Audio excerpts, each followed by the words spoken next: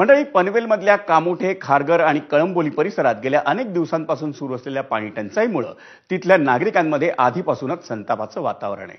पण ऐन दिवाळीतही खारघरमधल्या सेक्टर 36 परिसरात पाणी टंचाईची समस्या कायम राहिल्यानं तिथल्या रहिवाशांना दिवाळीचा आनंद लुटता आला नाही। सिडकोनं खारघरच्या सेक्टर 36 परिसरात 7 वर्षांपूर्वी स्वप्नपूर्ती गृहनिर्माण सोसायटी उभी केली होती। या सोसायटीत 3,500 कुटुंब राहिलेत। या रहिवाशांनी एबीपी माझाशी बोलताना सिडकोचं पाणी नियोजन फसल्याचा आरोप केला।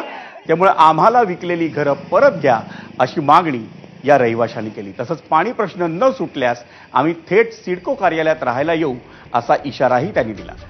पाहूयात आमचा प्रतिनिधी विनायक पाटील सोबत या रहिवाशांनी केलेली बातचीत।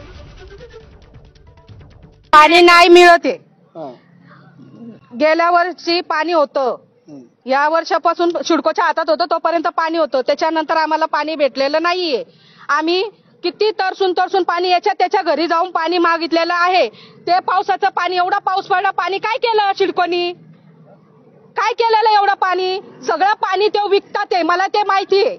दिवाळीमध्ये महालक्ष्मी पूजनला सुद्धा पाणी नव्हतं। आम्ही कशी दिवाळी साजरी केली ते आम्हाला माहिती, ते आम्ही शब्दात सुद्धा सांगू शकत नाही। इतकी दैनंदिन अवस्था, बेकार अवस्था केली स्वप्नपूर्तीची। स्वप्नपूर्ती स्वप्न साकार झालेलं नाही, कोणाचंही साकार करणार असेल तर सिडको आमचं पाणी पुरवठा करा, नाहीतर सिडको घर घ्या म्हणा त्यांना वापस, आमचा आत्ताचा भाव घर पैसे वापस द्या। सिडको का म्हणून लोकांना घर देते, अजून नवीन प्रकल्प चालू करते, भांडते, हे कशासाठी?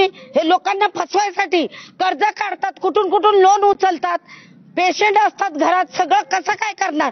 पहिले आंघोळीच्या दिवशी आम्हाला एक थेंब पाणी नव्हतं, बिगर आंघोळीचा दिवसभर बसलेलो आम्ही। काय बोलणार ह्या सिडकोला? आता दुसऱ्या वेळेस असं झालं ना, सगळं घेऊन तिथे जाऊन बसणार आहे।